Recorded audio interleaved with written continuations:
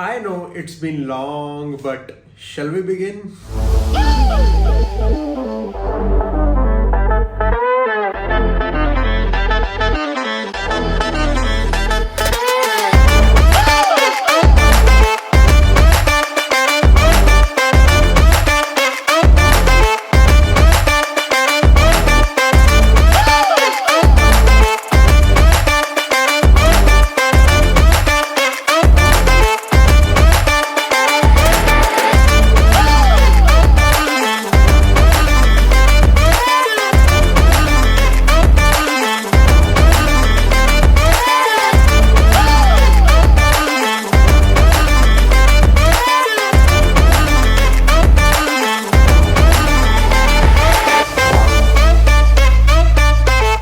iPhone 14 Pro Max, a big name with not so many big new features, has been unveiled by Apple in September 2022, and I have been using this device from quite some time now, and I thought maybe a long-term review is something I can give it back to all of you.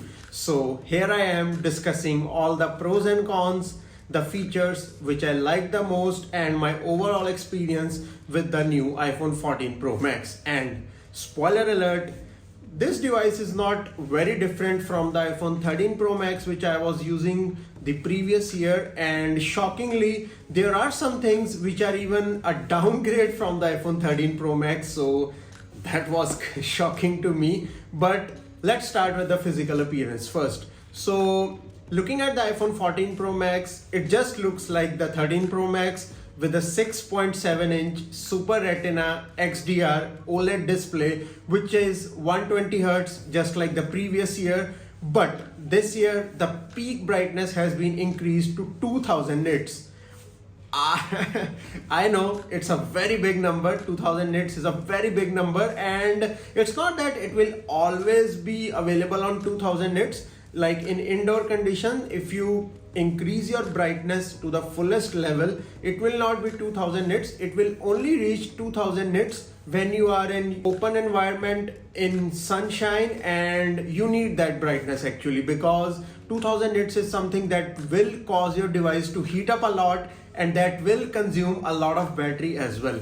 So apart from that, it has the same boxier design which 12 Pro had, 12 Pro Max had, 13 Pro had, 13 Pro Max had, and even the current 14 Pro and 14 Pro Max is also having. The sides are stainless steel, and it still feels very comfortable to hold because the boxier design makes the grip easy, but still the presence of stainless steel on the sides make it a little bit slippery also. But I have been using a case, mostly a transparent case, all the time because my iPhone is my primary camera, so I have to put it on the tripod on a phone mount, so I need to use a case. So I always use a case, so grip is not an issue for me. But for everyone else who likes to roam with their phone naked, I would prefer to have a case, or at least put some skin on the sides, because it is slippery. And this year also, like the previous year, I opted for a color which is evergreen, like which is available every year apart from all the blues, the greens or the purples. So I opted for the silver color this year, and I really love the design, how it looks, the whiteness that it shows, and it reminded me of my iPhone 10 that I had of silver color as well. So design wise it's same as 13 Pro Max, so it's not an upgrade this year as well. But who knows, next year we'll see the 15 Pro or 15 Pro Max or 15 Ultra as rumored to be made of titanium or to be having a good new design. Apart from that, the notch, I will say again, the notch has been finally removed from the Pro devices, and this year Apple has brought something new called Dynamic Island. I know it's a bit funny, and I also thought that Apple is just joking in the event, but it's named as Dynamic Island, and it surely looks like an island based on the features that Apple has given us. I mean, you can minimize your music app, minimize your stopwatch, timer, alarm clock, and many other apps as well. And Apple has given their API code to many developers as well, so you can expect a lot of apps to be compatible with the dynamic island. And this year Apple has finally introduced the always on display as well, which means the iPhones can now go up to 1 hertz when they are on idle or sleep mode, which is a very good thing because it certainly saves a lot of battery when you are using always on display. But initially Apple introduced the always on display in a very weird way actually, because they allowed the wallpaper to be visible on the always on display when the screen is turned off. Instead of being completely black, the wallpaper was visible in a dimmed way, like the wallpaper went dim and you can still see the wallpaper even if the phone is locked on the always on display. But in iOS 16.2, Apple has released an update where you can turn off that wallpaper and you can also turn off the notifications, and you can just keep the screen pitch black just like the Android phones. So display wise, if you see the phone from the front, you can clearly differentiate if it's a 13 Pro, 13 Pro Max or 14 Pro, 14 Pro Max because of the introduction of the dynamic island. Otherwise, it's not possible to distinguish your 13 Pro series and 14 Pro series just based on the back or just based on the common colors that they possess. So if you are moving from 13 Pro and 13 Pro Max to this generation, I will tell you to consider your decision once more before spending a lot of money. Now, talking about the feature which has become a judging standard from past so many years for most of the smartphone users, let's talk about the cameras. So, spoiler alert once again, it has got a new lens, a 48 megapixel camera lens. That's a big improvement compared from the 12 megapixel primary lenses that we were getting from past so many years. But let me tell you one thing, the cameras are not 4 times better what Apple is claiming with their 4 times bigger lens. Yes, the 12 megapixel lens, primary lens, has been replaced by a 4 times bigger 48 megapixel lens. But if you are thinking the image quality or even the video quality is also improved 4 times or even 3 times, you will be shocked, because I don't know why the image quality felt almost the same to me. So I am shooting this video on my iPhone 14 Pro Max, so you can judge the video quality of this device by watching the entire video. But talking about the cameras now, it is having a 48 megapixel primary sensor, a 12 megapixel ultra wide lens, and a 12 megapixel telephoto lens. From the 48 megapixel camera sensor, the images clicked will only appear to be clicked from 48 megapixel sensor if they are shot using the RAW mode. If you are not using the RAW mode, then the images will be clicked from that sensor, but that will use only the 12 megapixel of resolution.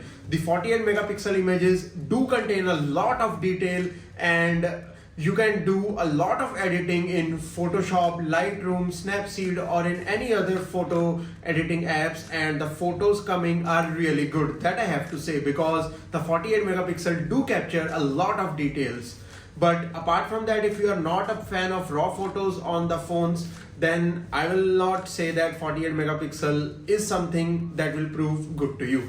But recently I have traveled to Manali in India, and if you are following me on Instagram, you might have seen a lot of reels, a lot of photos that I have posted from there, and even stories as well. And the entire trip was covered on my iPhone 14 Pro Max.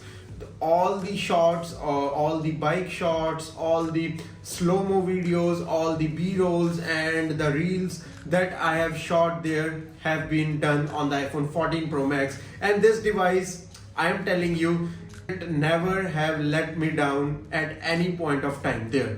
So you can see the sample images yourself. They are crisp, they are clear, they have a lot of clarity. The HDR is okay on most of the photos. As you know, there are some issues with HDR on iPhones many a times. So I will not say the HDR is perfect, but it is okay according to the standards.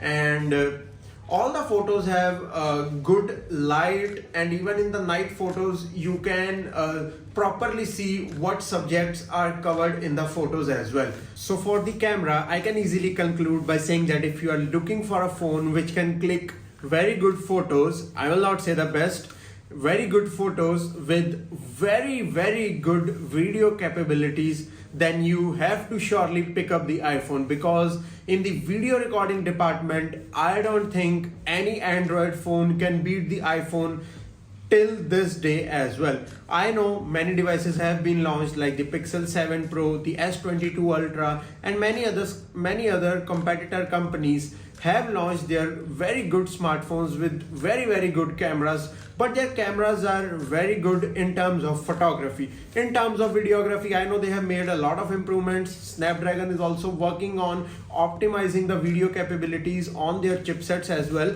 but iPhone is still the king in terms of videography, and in photography as well, it takes very good shots. So combining all those things, you can clearly say, and I can clearly recommend you an iPhone if you are looking to record a lot of stuff, a lot of content for your social media, and to also click some photos on the way as well.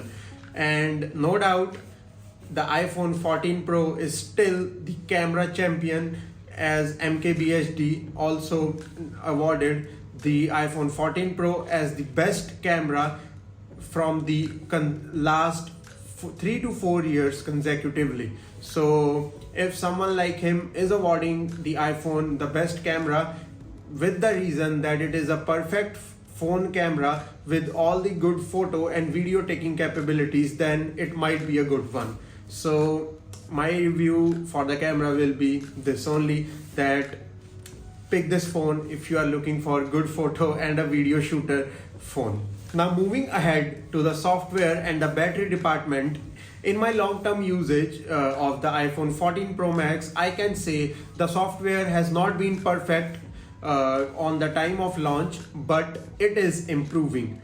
I mean, when iOS 16 first arrived, it had so many bugs, so many battery drain issues. Apple introduced the always on display for the first time. They didn't include a pitch black screen on the always on display. Instead, your wallpaper will be visible, even it was dimmed, but your wallpaper was completely visible on the screen. And even the clock is showing time on the same spot on the always on display, which many people think can lead to pixel burning as well. But Apple has been improving their iOS 16 version, and their latest iOS 16.2 update also introduced the pitch black screen for the always on display as well.